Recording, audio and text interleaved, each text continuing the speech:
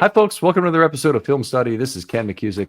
We have a special episode for you tonight. We're going to look at the offensive line scoring model of mine and how the scores are formulated. It's something people ask for every so often. Sometimes I think about writing an article that would do it, but I want to explain it in a podcast because I think more important than the individual scores for things are the rationale behind some of the scoring choices that I've made. Anyway, joining me for this is Alec Pulianas. What I'm hoping Alec will do is slow me down, ask questions as we go through this, as you might, in terms of having questions about, well, why is that so much, or why is that so little, or why did you not include that? But Alec, thanks for joining me. No problem, Ken. I've asked for this show before myself on one of your posts, so I'm happy to be here to ask you questions about it. And I do think it would be useful to have a blog post that kind of summarizes all this, maybe has a graphic and you can link to it. So when people in the future discover your stuff, can check it out and learn from it. All right. I appreciate that. So if we look at this historically a little bit, I started scoring offensive line play in 2007. I've since gone back and scored 2006 and most of 2005. I actually started exactly at the same time that PFF did we have two very different models. Now, normally I wouldn't go to any great extent to talk about PFF, but the problem is that PFF has done such a good job in terms of their offensive line scoring, and they've become such a recognized authority on the matter. And plus they have scoring for all 32 teams, which is very useful and always a first resource for me in terms of what I look at, that we need to explain some of the key differences between the way I view offensive line effectiveness and the way they do it in terms of scoring. I've heard various explanations from the PFF people about what's going on there, but they do have some reservations about their own system. I am always looking to improve my own as we go through this. I made a big change in the 2024 season that we'll get into. But anyway, I've been doing it for 20 years now, and this is something that is very central to my love of football, watching offensive line play and really trying to grade it and weight it appropriately. Yeah, I think it's spread a bit, right? Through your coverage and learning more about offensive line play through your grades and analysis. I think a lot more of the Ravens community, particularly, obviously listeners of your show, have become more wise to what makes quality offensive line play. And it results in there's always interesting results. Sometimes you feel like you watched a game and you think somebody had a good game or a bad game. And then when you look at the actual scores, it can be a little bit different than you perceived. Maybe you latched on to one negative play more than it actually gets weighed, or maybe you more likely latched on to one positive play that just didn't actually move the needle as much as you might think. I try and be very careful not to give my opinion before I've actually done the scoring.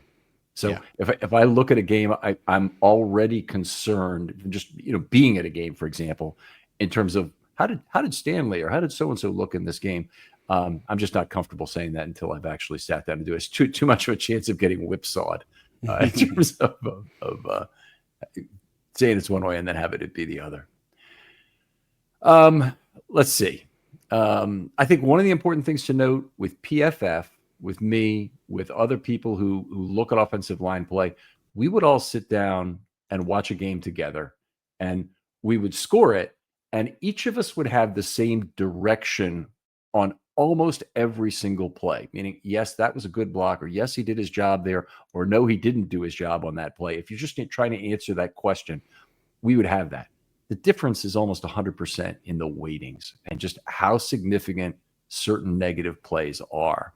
And along that, the system I have is a frequency and severity model. And I'll get into what that means in just a moment. The other thing I want to note, I think is very important, is that while I think there's something useful information to be had in terms of looking at film for individual blocks and saying, that's the way a left tackle ought to make such and such a block, or that's a way you make a combination block, or this is the way you pull effectively. And looking at that, I think there's very little value in determining a player's overall value from one individual play or even 5 or 6 individual plays that you can pick out. It's kind of like you wouldn't judge a baseball player by his longest home run. It doesn't tell you that much individually about that player. Yep, exactly. It's a repetition sport, and I agree with you. The biggest thing that you get is if you have consistency, right, and Mhm. you're consistently, just similar to the at bats. If you're consistently getting on base, that's almost more important than any highlight. Yeah. And it's very much a hits per at bat profession. The typical offensive lineman has about 1,000 snaps. If he's a starter and plays most of a full season, he'll have about 1,000 individual opportunities. I mean, we're talking right up there with more at bats in the way of thinking it than a baseball player has in a typical season. We feel perfectly comfortable judging a baseball player on that sort of body of work. And we can do the same for an offensive lineman, but we've got to take all those plays into consideration. Um, what I will say also is that function is more important than form. It's possible to have a good block that looks like crap. It's also possible to just miss a block that looks like crap and have it not be a huge negative event, despite the fact that it looked terrible. All right. And there's some of that going on here, as you could probably guess, that we're going to get into. Yeah, one thing I was thinking with the hits is the offensive line blocking. There's no such thing as slugging, right? The multiplier for a really great block just isn't nearly as meaningful as just the block itself. It's more like how many double plays and triple plays do you hit into? That's what it is. Exactly. Yeah, Yeah. exactly. It's all about the negative. So the different types of misses that occur in a block, and we're going to get into all of this, have drastically different consequences, which is why it has to be both a frequency and severity model, and the severity is what this system is focused on. So there's two dimensions to errors. They're missed, and then they're missed by how much. Otherwise, an individual block is scored as a simple 1 if the player did his job. Now, there are a set of superscripts that I use with that, a 1 upper 2, 1 upper 2 PC star, 1 upper 2 star, etc., that mean different things. A PC, as you can probably guess, is a pancake. A P1, which is a pull where he made his block. A P0 is a pull where he missed his block. A P -2 is a pull where he missed his block so badly that it caused a penetration and a loss of yardage on the play. So you have various other distinctions that I make, and I do make use of those in the scoring, and I'll explain that later how I do it. But the simple understanding is that if you make every single block during a football game, you'll get a score of 1 or 100, as I take then the hits divided by the at-bats and multiply it by 100, or usually I call it 1.00 and or 0.79, say, if it was 79% of the blocks made. And that's what I call the raw score. And then that raw score gets adjusted by a small factor that I'll get into the formulation of later to get the adjusted score. And if you've seen my graphs in the past of this, they'll have a purple bar, which is the raw score, and then a red adjustment on the top of it, which is what he got for other elements outside the system, including the quality of opponent. So we'll get into some of that a little later. Now, cool. I think the transparency of reporting this is really central. And one of the interesting things is that one of the listeners actually was able to back solve for the number of events that I reported for each player and how that was relating to the individual raw scores. And he's like, oh, I know what you did. You took -3 for this and -2 for this and -6 for sacks. And, the penalties, it looks like it's -3 per 5 yards. And he figured all that out. That's very good. That's a person who's really paying attention and who gets it. But it's important that be there, because that's the transparency of the system. And if you go to the offensive line articles, you'll see every single play where I've had a negative associated with the player. I'll give you a time reference on that as well. Take a look at it. If you disagree, then that means your score would be a little different. If you want to use my same system, but you disagree with how we'd actually grade that play, that's fine. And there are going to be people who do that. It's not going to be many of such plays in a game, I wouldn't think. I've thought about making the same spreadsheet and doing the linear algebra to figure out, what each component was. Then I figured I would just ask you. Yeah, I appreciate the determination. I know the fellow who did it, and there's no surprise. I love it. A lot of you know him, but he's out there. He's OC21 on the RSR boards, or Yoshi 2052 on Twitter. So a guy who definitely is a very analytic character here. All right, so I have to, just because of the natural comparisons that occur, I have to talk about PFF for a minute. And I just want to say the PFF people are terrific. They've always been extremely open with me about how they score to play. They do a very good job. Their individual scorers are good. They look at plays and they, have a system for it that makes sense. We're just way different on the weightings, and we're going to get into this. And it's going to sound like I'm bashing PFF, but honestly, I really respect what they've done. And one of the things you can point to PFF as doing is they've changed the nature of Pro Bowl balloting, all pro voting, and eventually Hall of Fame voting for a lot of players. I mean, PFF basically made Marshall Yanda a Hall of Famer. I don't think he would have gotten recognition as quickly as he did without PFF, and some of the other things that don't look like the big, brutal physical guard would have let other players keep their incumbent Pro Bowl or all pro status for years on end, as was the case in the 1970s. You look in the 70s, the 60s, whatever, guys won it for many years in a row. It didn't make any sense. One thing you really get a handle on when you do offensive line scoring is that all players are capable of an occasional trip to the bathroom and have a really bad game. Yeah. And, it just happens. There's a lot of week to week variation. It's a lot of it's centered around the penalties and other pressure events they allow. And there's some variation to that.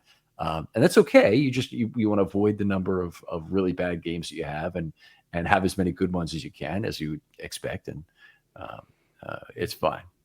But we've got one thing I would say about PFF, and I think you led with it really well, is they've done a great job of collecting data for all the teams. They do it consistently, which is about all you can ask for.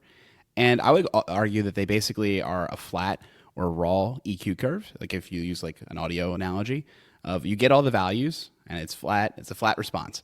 And you might think like, I want more bass, I want more treble, or I want to turn this down. And you can take their raw values and make your own system out of it basically by changing the weights. And then you could like create something else out of it. So one thing I like to do with PFF is I look at it and I think to myself, what would Ken say? You care more about the pass blocking. So you just pay more attention to that number, lower the run number, and that's like get you halfway there, right? It's like I give myself a little bit more bass, a little bit more treble, get that V curve in audio, like kind of a similar idea. But go ahead, Ken. They have a contractual constraint that they work under. So they sell their elite system to some gamblers, I think, but NFL teams are their primary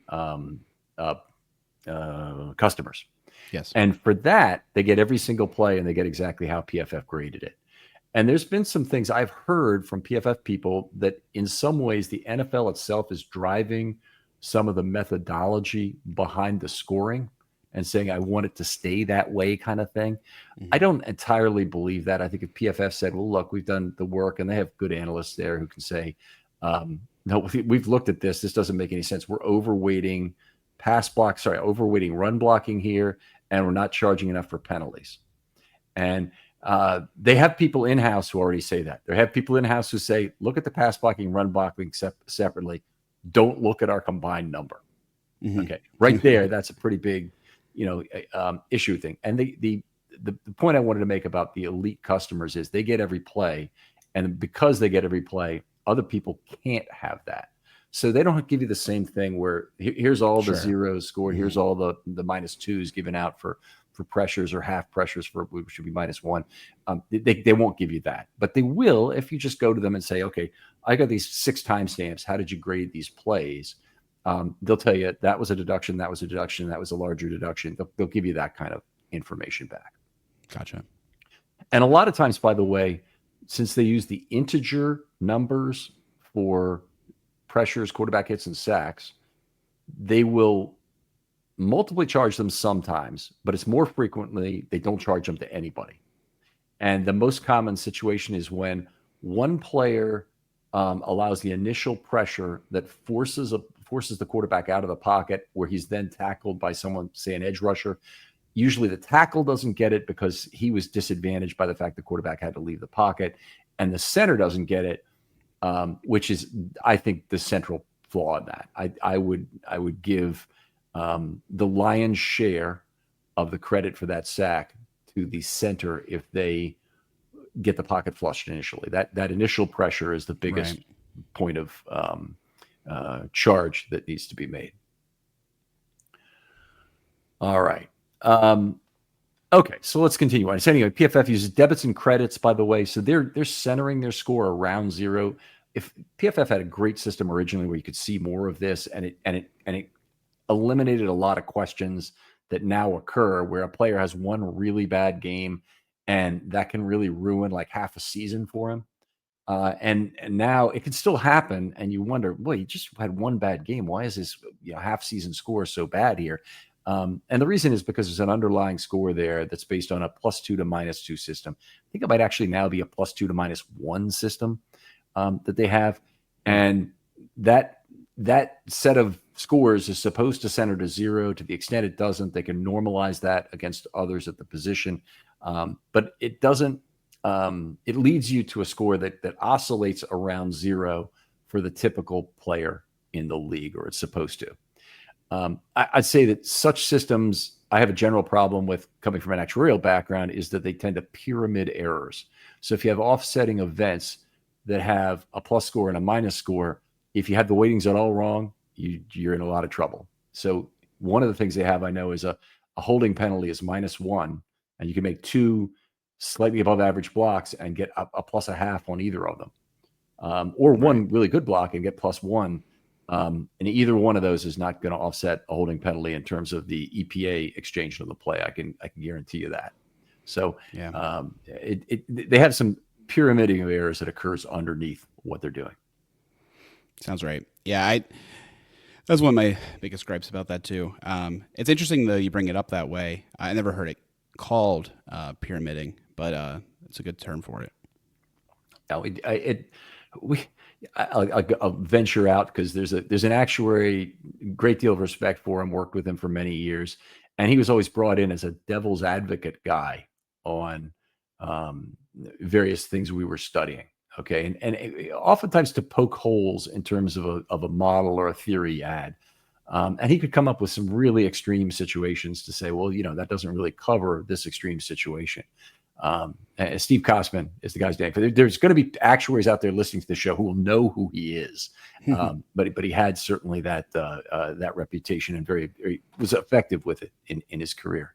So you want to have the ability to do that, and the pyramiding of errors is something he would point to. He says, well, that number is approximately correct, but that could be because it's +1 million and -1 million in terms of 2 offsetting factors. So you need to have some more organized way of looking at that. And he's usually right about that kind of thing. When things match to the penny, then you have a pretty good chance that everything is exactly how you expect. But when things are, they're a few $1,000s different, and you say, well, that seems to work. Let's not investigate it further. That's where he would really lay the wood on you for that. All right. Let's get into some of the details in scoring now. These are the individual scores on a by-play basis. A successful block is +1. I mentioned this earlier. A few things about that. It does not need to look great. It just needs to be effective. If it's a pass block, you need to do one of several things. You need to hold the pass block for 3 seconds. That's the easiest way to win.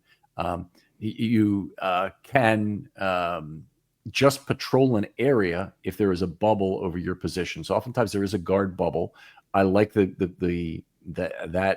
guard to look for work, and I don't like it if there's a breakdown in the player to either side of him, but he doesn't actually have to make a block in pass protection specifically.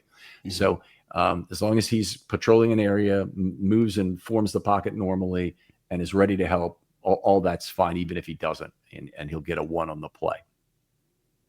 If it's run blocking, you get a 1 as long as you have a successful interaction with your opponent.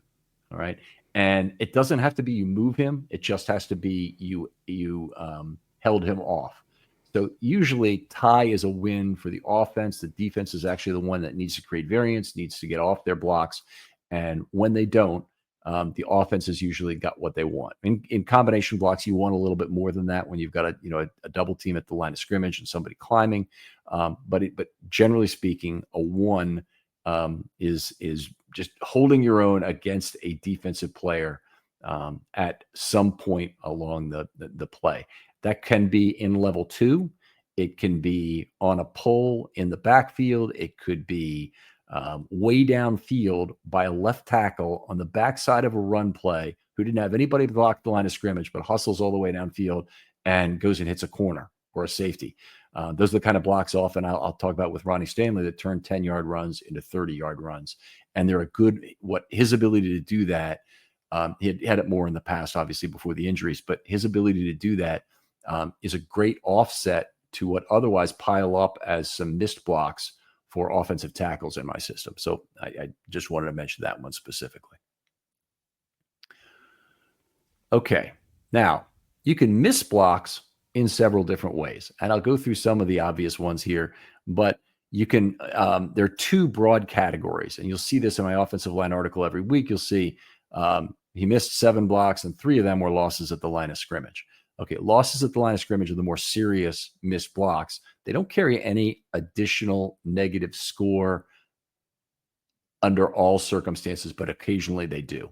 But a loss is at the line of scrimmage, you're beaten by your opponent in some fashion, but it's a play that does not contribute to a pressure event or a run for a loss, if you can follow all that. So you might be getting backed up, getting walked back into the quarterback, but the ball's out quickly.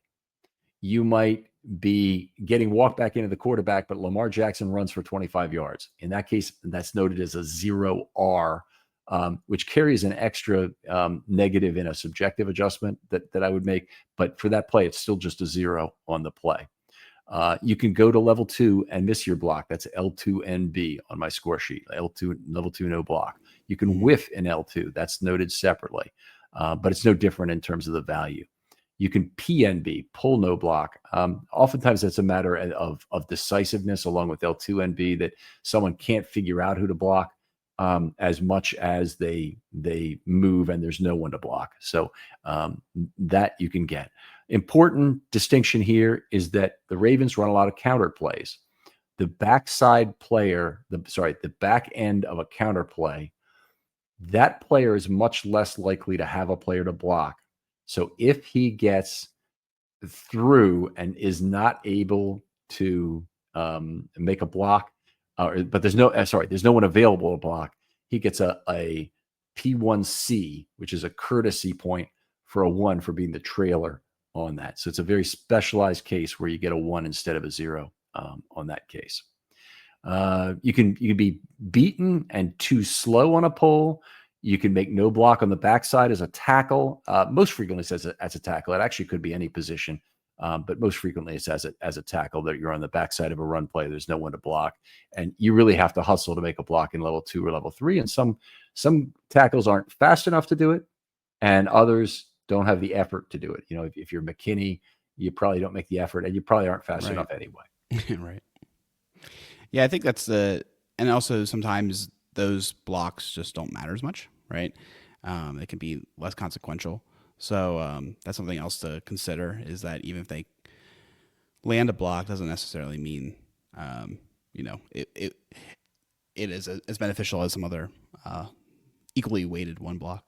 Right. I would agree with that. One exception might be, with the zone blocking schemes today, sometimes that tackle has a down block that he can kind of assist in. Mm-hmm. And if that's the case, and that guy gets on the ground, that may really provide a cutback lane for that runner. So you do have cases where it can help. I really do think that over the course of Ronnie Stanley's career, he's been exceptionally good at finding plays downfield to make that have been useful. There's players that can't do it, and I some right tackles in particular tend to be the less mobile guys. A lot of them, it's good if the running game is right-handed, if more of the zone plays are going right, if more of their power plays are set up for them to move up half a level and make a block in level 2, so they don't have to get way out in space where they lose a lot of their comfort, for their size and whatnot. Orlando Brown particularly with someone I really associate that with.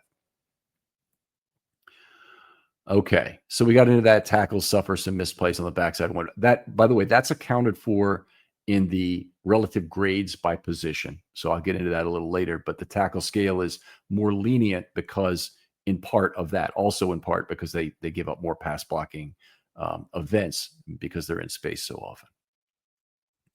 All right, the next thing on the list that would be there every week would be penetrations. Those are blocks that contribute to a loss of yardage. Now, what I do is anybody who contributes to a loss of yardage in such a way gets a 0 on the play, but then they also get some share of -2 total points to be assigned for that loss of yardage on the play. Now, there's no magic to that number. Obviously, it can be true. Excuse me, the loss on a run play would be almost as serious as a sack, but your average sack distance is probably 7 or 8 yards, and your typical run loss might be 1 or 2 yards. That doesn't mean they don't have high value, particularly when they occur on 3rd or 4th down and short yardage. When I put it in, I came to the conclusion I wanted to relativize it as well as I could. I started with -2, and I've never had to change that. So I've felt like that's a pretty good estimation of that negative value in there. And again, that's divided among whoever really caused it. Oftentimes, that'll be a lineman and an eligible receiver. Sometimes it will be a lineman and an unblocked player. I treat each of those if they truly deserve equal share of that. If there's 2 players, for instance, who combined to make a tackle for loss or combined to contain a player who was tackled for a loss, and one of them came off an offensive lineman and the other one was an unblocked player, then I'll give a -1 to the notional unblocked player and a -1 to the lineman as well. So they each, the total points to be assigned are -2. And that methodology permeates all of the things I do in terms of pressures, quarterback hits, sacks. There are a fixed number of points to be deducted from all of the players that are involved, all of the constituent parties, that contributing parties get a share of that. Yeah, I think that makes sense too. And I think that's one of my favorite parts about your system is you acknowledge that it can be a multitude of factors, but you also don't want to overweight it by having, if there's 4 people involved, they shouldn't all get -2. Yep, exactly. So they've already got a point loss for the missed block, but then they're going to get another minus. The 4 players involved in a pressure, say, are all going to get a -0.5. In that case, that's a fairly rare. That would be a big compound pressure. I'm not saying it doesn't happen, right? But Yeah, 3 or 4 times a year, you might get a pressure like that, where it's a jailbreak of sorts. But I will say this: the compound events, particularly in pass blocking, they make up the bulk of plays. If I look at pressures, maybe 50%, maybe even 60% are single player losses for pressure. But when you get into quarterback hits and sacks, much more likely that those are multiple players are involved. Oftentimes, some form of initial pressure and a cleanup. You look at the Ravens sacks and how they occur, the Ravens defensive sacks. You'll see there's all kinds of initial pressures leading to cleanup. There's a lot of the quarterback getting fidgety with the football and bringing it down, having to move, and that then creating the sack or the quarterback hit that cleans up that play. So anyway, to get into the pass blocking specifics, it's -2 for a pressure. Obviously, it should be obvious. Maybe it's not, but the pass has to be thrown in that case. If he takes a loss, it's a sack. If he takes a quarterback hit, it becomes in the quarterback hit charge level, which is higher. And so the pressures are certainly to be avoided. And if I look at the average yardage expected on a play where the quarterback is under pressure is about 3.5 yards. It's about 6 yards for a ball that's out quickly. And it's about 8.5 yards for an ample time and space, which is the play is blocked up well for 3 seconds. Right. So those -2 points for pressure divided as needed among players who might have had a piece of it. And just to be clarifying, QB hit would then replace the pressure. That's correct. So it's not an additional. It's a -3 for a quarterback hit. Now, why did I decide on -3? And it is something I've considered changing over the years to be, let's say, a -4. Um, Quarterback hits are very serious events. They're the most serious type of contact a quarterback typically takes. If you look at Lamar Jackson, when he gets sacked, he's usually already converted to run mode, and he's trying to get downfield. Also, when quarterbacks get sacked, anybody, they've typically brought the ball down at the time that's going down to protect it, and they're ready to go down. When you take a quarterback hit, you're being hit hard as the ball is being thrown. Oftentimes, those forces are going in the exact opposite direction or very close to it. And so I do consider it really serious. I've left it at -3 and not changed it to -4, but it is something I've considered over the years, and I probably could be convinced that were the case. In terms of the individual play, I don't think it's really honestly that much worse than a pressure. In terms of the effect on your team for the season, I do think it's worse than a pressure. Right. Yeah, I think that's a really interesting point. I think, unfortunately, it's kind of a binary as far as was that QB hit the one that really hurt. But those hits over time also can build up and add up to recovery. So yeah, I definitely think I could be convinced pretty easily that it might be a -4 event. But like you said, if you see the stats for yards per play from pressure and QB hit to be roughly the same, then maybe the deduction isn't quite as worth. I'll give you the other thing that's been one of the factors why I didn't do it is that quarterback hits are basically the universe upon which roughing the passer penalties occur. They don't occur on sacks. They occur on quarterback hits. They don't occur on pressures. They occur on quarterback hits. They're not in that denominator, but it's the same group of plays that are those things. And that alone is such a very significant offset to the quarterback hit value. I mean, Nnamdi Banabike had, I think, 4 roughing the passer penalties this last year. It's an enormous offset to his value to have that. So anyway, that's a reason why I haven't made the change yet. I think it's a really valid reason. System. Yeah. It's a living system. It should be a living system. Very, very smart. Yeah. So next item is the sack, -6. Again, divided by however many players are responsible. Sacks have a large EPA value because a lot of them happen on third down. They end. You ever have one of those days where everything's off? Well, Mood can help with that. And let me tell you about Mood. It's the online cannabis brand that is changing the way we handle everything, from stress to sleepless nights, with functional gummies that are 100% federally legal cannabis. Mood launched to make cannabis affordable, accessible, and transparent, while at the same time supporting American farmers growing premium hemp on small pesticide-free farms. Their gummies are next level. Seriously, I've tried a few, and each one feels totally different.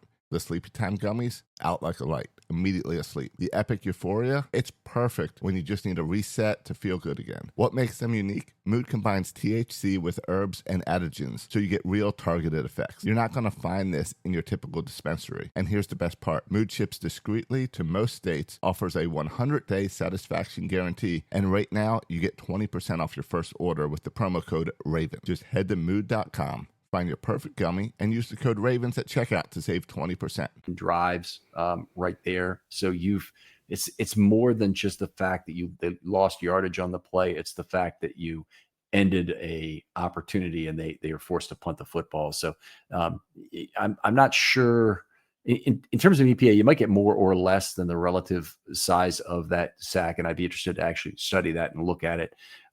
But I'll divide it out again, however is necessary. Oftentimes, defensive coordinators scheme for pressure, so they'll get a free runner designed, and oftentimes that can't be charged to an offensive lineman or even a skill position player who might be responsible for it. The running back maybe is on the wrong side, or they run a really good pick play that gets somebody through. It's just not always possible to charge someone with that. And it is something important to note is that the offensive line doesn't end up with a huge portion of the sacks. So if the Ravens got sacked 35 times in a year, the offensive line might get 19 of them, 20 of them, 18 of them. But it wouldn't be 29 of them, say, out of 35. A lot of them are schemed pressures of some sort. And watching the Ravens get pressure off from slot corner I think it'd be pretty obvious why that might be true, why somebody else is responsible, whether it's an eligible receiver or sometimes a quarterback holds the ball too long and generates a sack. So yeah, sacks are very much a quarterback stat as much as it is a lineman stat. Now, one question I have for you, and maybe you're about to get into this, is do you have like a schema or a rule of thumb when you apply the allocation of points towards different players and their responsibility levels? Yeah. So first initial pressure is the most serious. So that's the guy who gets at least the largest share of the event. So if there's a sack where the center, for example, allows pressure, forces the quarterback out of the pocket where he's subsequently sacked, or forces him even to move off the spot where he's subsequently sacked, he's going to get a substantial portion of that total, probably at least half. I can't remember the last time I gave the initial pressure less than half. It might have happened, but I have a hard time remembering what it is. The other thing is if you hold your block for 3 seconds and then your guy allows pressure after that, that's probably the quarterback's fault for holding the ball too long.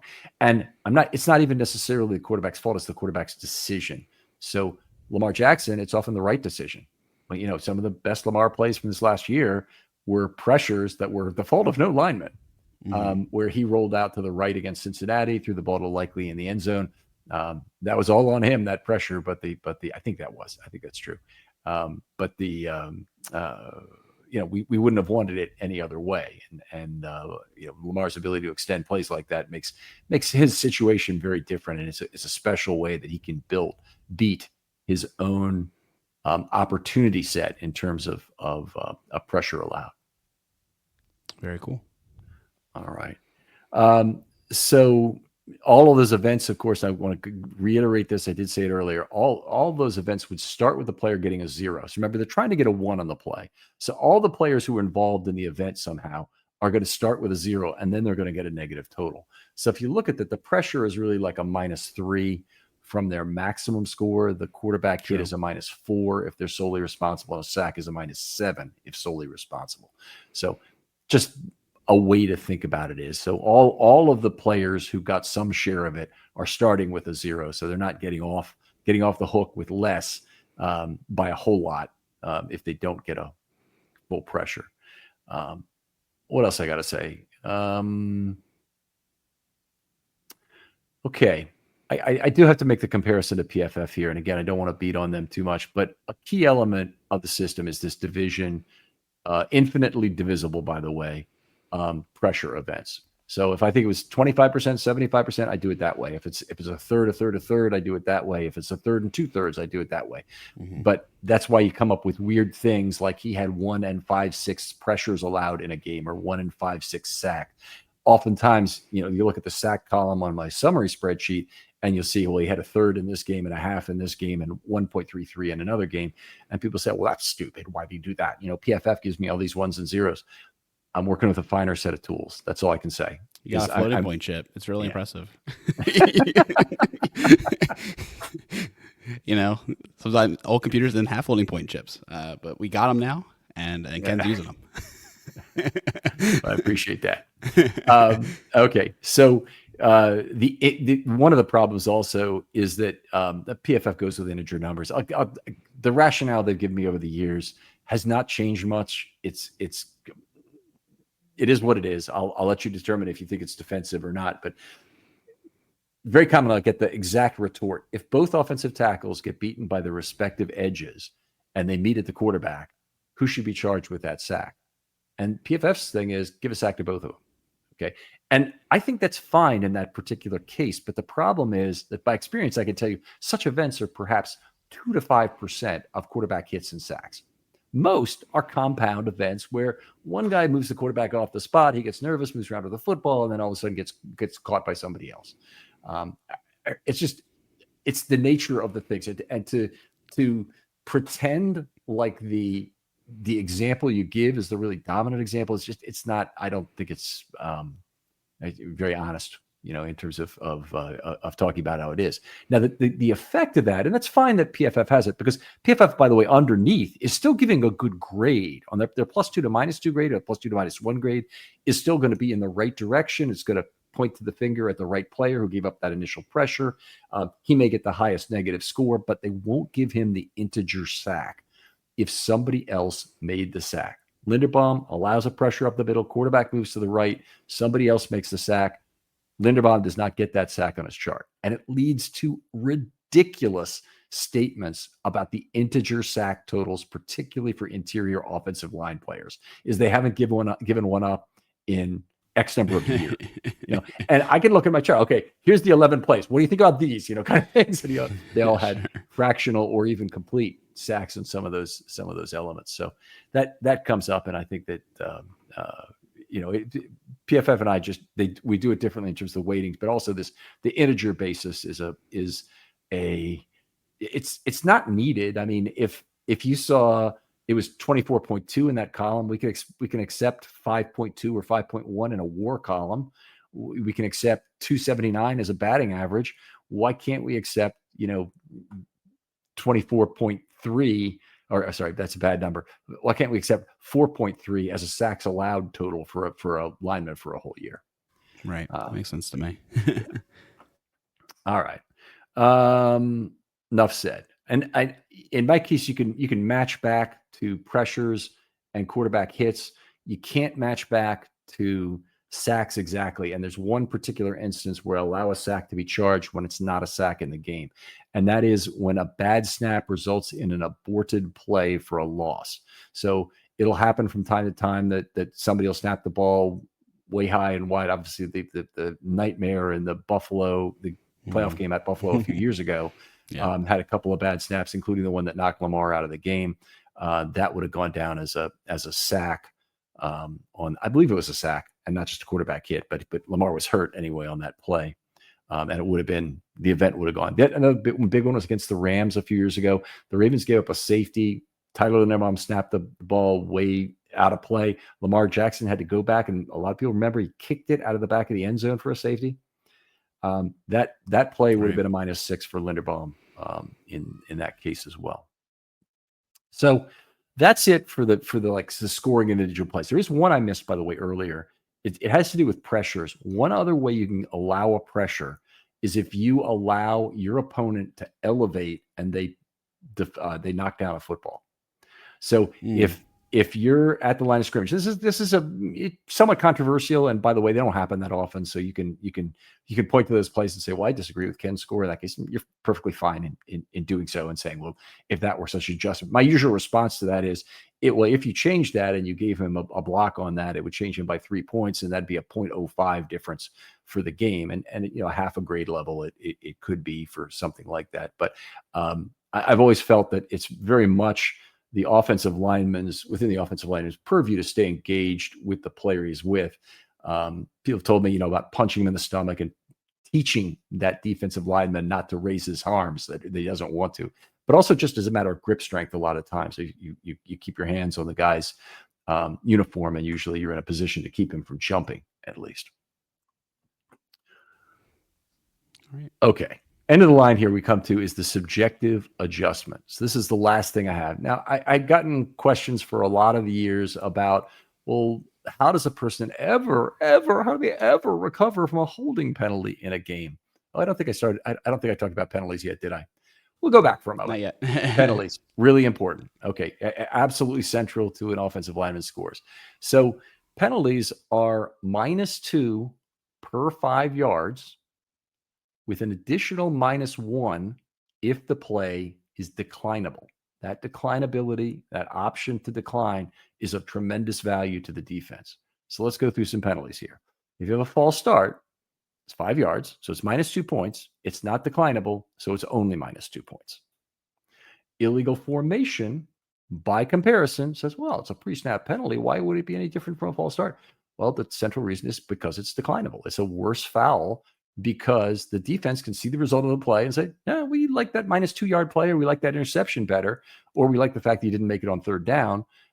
So we'll stick with no flag there and take the result of the play. That declinability has tremendous value to the defense.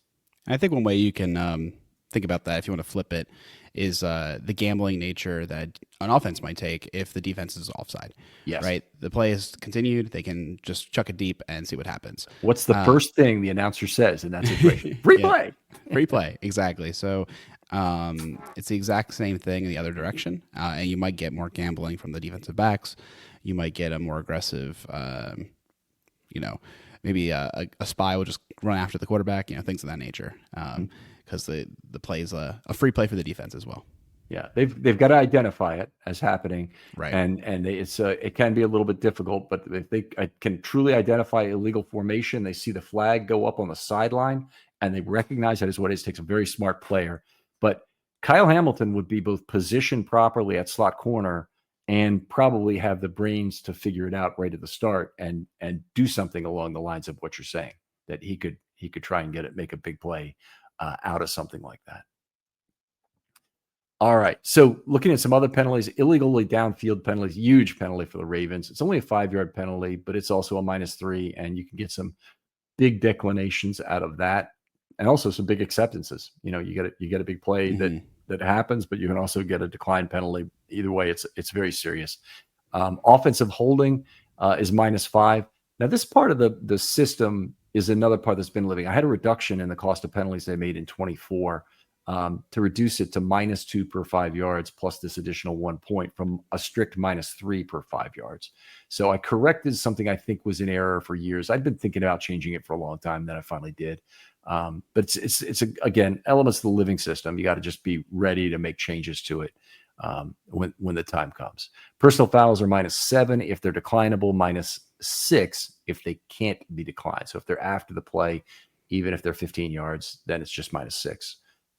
There have been some occasionally times where it's done at the end of a game, say, and has no impact on it, that I won't even include it in the scoring. So 2 players get in a fight at the end of a game. One of them starts it, and they get a 15-yard penalty, that kind of thing. I'd leave out of the offensive line scoring model. The reason for the penalties being so big a negative, I'm having a friend look at this. It's the same friend who figured out the offensive line scoring model, by the way, who's doing this, to look at the NFL FastR database and look at EPA deltas that accrue on penalty plays.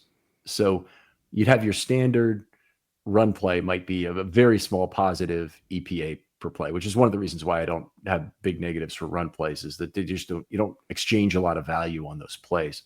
But you have, say, a very small positive if you're the Ravens. Most teams actually have a negative in those situations, and then you get a maybe lose a point on an offensive holding penalty in terms of expectation. All of that really has to go to one player. There's not multiple guys involved in that. But if you look at the offsetting play for that, it might be, say, a 15 or 20-yard run that would be worth +1 point on a run. And if that were the case, then you'd have a lot of players talking about how they contributed to it. If you had a point to hand out there, well, Derrick Henry certainly wants a piece of that run, and Lamar Jackson says, "Hold on, wait a minute. There's a 15% commission on all rushing yards that I earn, so I certainly got a piece of that run." And then there's all the players who threw any kind of block. I'm sorry, say again. It feels like a Lamar thing to do. Yeah. I always get humored whenever the guys get a contract extension and he's like, "Pass me $1 million." I wasn't even really talking about that, but Lamar Jackson obviously has improved every running back for that sure. played here in a big play, including Derrick. But anyway, so I'm really trying to have a separate episode that will talk directly about the weighting of penalties. And I'll tell you what my fear is. It's not a terrible fear, because hopefully by the season I'll get it corrected in terms of the cost of penalties if it's appropriate. My fear is that the penalty situation is going to be much worse than I have it graded as. Not much better. Not that it's less. If it's less, no problem. If it's -1, 2, 3, and then I'm -1 additional per if it's declinable, I'd love for that to be the case. And it would take a lot of heat off me for penalties in terms of what's going on. My problem is that it might be -4, 8, 12, and an additional -2 that should be in there for declinability. And it means I'll be doing too light, and I am the biggest Simon Legree with regard to scoring penalties there is out there. So anyway, I will say the intuition to think that maybe it's not even as dramatic as it needs to be is strong when there's serious conversation about remodeling the holding penalty to make it like more equitable, because that penalty just destroys drives. Yep. Like there's few negative plays that a team can do by just underperforming that are worse than a hold. So it just is, it's a weird penalty. It's interesting. I really hope they don't make such a change, like to make it be 5 yards or something for a holding penalty. Yeah, because they encourage it like much more. It's a tricky problem. Yeah, it's also one where it will encourage it more. That's a problem there. But the other thing is the defense only has a few sources of variation right now. The NFL needs to stop taking away those sources of variation. A holding penalty is one of them. Other teams trying to run out the clock on you. You want to have the ability to get them in trouble on a holding penalty is one of the ways you can benefit. If the other team's trying to play 4-down football against you, it's incredibly difficult to stop 4-down football in today's NFL. It's just completion percentages are too high. 20 years ago, even the 2000 Ravens, or 25 years ago, had it much easier. But you go back to the 70s, it was ridiculously difficult to play consistent 4-down football. You get stopped at some point. But today it's too damn easy, and particularly defending field goal range. Defense is out of options. They need to be the biggest gamblers they can possibly be in those kind of situations. And NFL coaches, I think defensive coordinators even, have not really come to that realization as a group. They haven't figured it out yet, just how much they need to gamble in situations where they lead by 2 or 3 points and need to keep the other team out of field goal range. Yeah. All right, let's move on. Talk about the subjective adjustment. It's a small adjustment made for factors that are outside the system. Small, I define as between 0 and plus 0.10. So you start with a raw score that's calculated on your net points earned. That means all your successful blocks less all your deductions. And then you have this, divide that by your total number of scored blocks, and you'll get something like 0.70 or whatever. And then you add this subjective adjustment, which is between 0 and plus 0.10. Here are the things I'm trying to capture within that single factor. The level of the opponent relative to the replacement level. So if you're facing J.J. Watt in his prime, you probably get plus 0.10 based on that alone, presuming you didn't make any other mistakes that they're not captured by the system. If you're playing against a terrible edge rusher who is, for lack of another victim, I'm going to say Malik Harrison. You play opposite against for an entire game. Yeah, he's just he's not in there as a pass rusher. He's in there as a run defender. Yeah, he's replacement level, and so he's not above the replacement level, so he wouldn't be there. The second thing is success on mobility blocks. The reason is that mobility blocks have a lower conversion rate. So if the player is not getting a bunch of L2NBs and he's instead converting his level 2 blocks, he's converting his pulls, he'll get a positive adjustment to a subjective rating due to that. And that would be very small, probably a point or 2, I would say, in that category, unless he has a huge number of pulls or a huge number of level 2s. Pancakes, combinations, and other highlight blocks.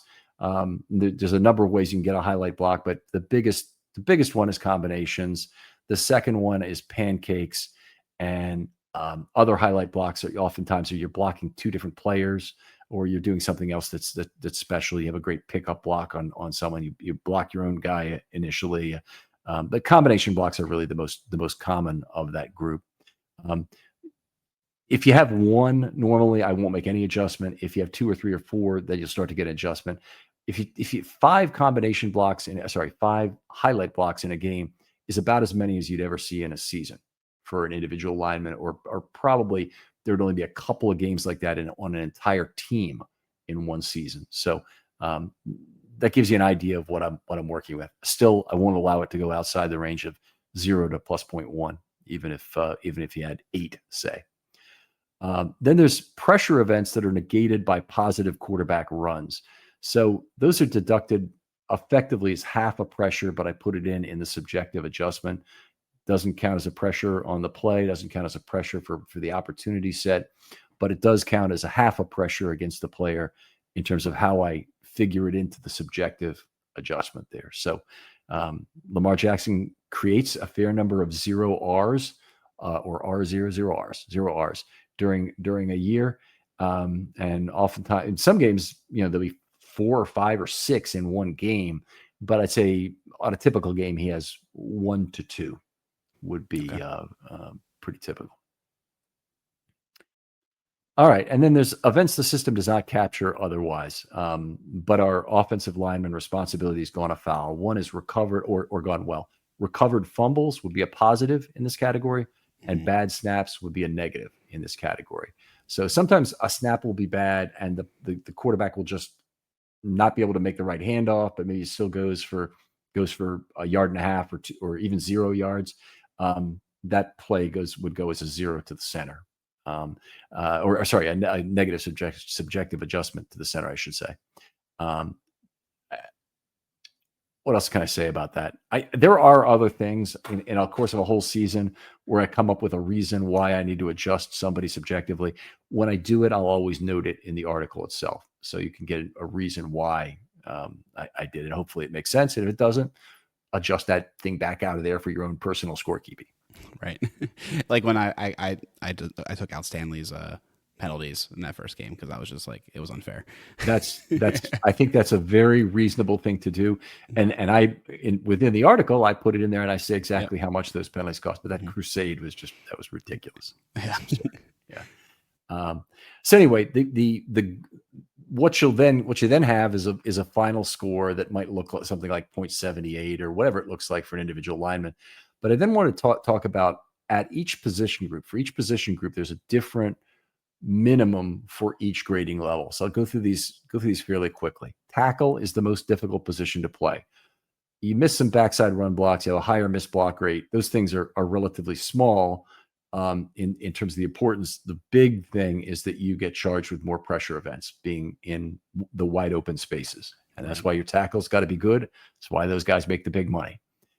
But if an A at tackle is an adjusted score of 0.87 or higher, a B is 0.80, a C is 0.70, and a D is 0.60. F is anything 59 or below. So at tackle, kind of probably looks the most like what your middle school grading scale probably looked like. Sure. Yeah. Guard, it gets harder. Now, interior offensive linemen have more obvious responsibilities. When they're on combination blocks and whatnot, they know who they're blocking. It's a more easy thing for them to make their block. But a guard, an A is 0.90, a B is 0.83, a C is 0.76, a D is 0.67, and an F is anything below that, 0.66 or below. So already they're giving up about 7 points to the tackles in terms of where the D line is, and 3 points in where the A line is. Centers, it gets worse. Center needs to score a 92 to get an A. A B is an 86. A C is an 80. And a D, they require a 73.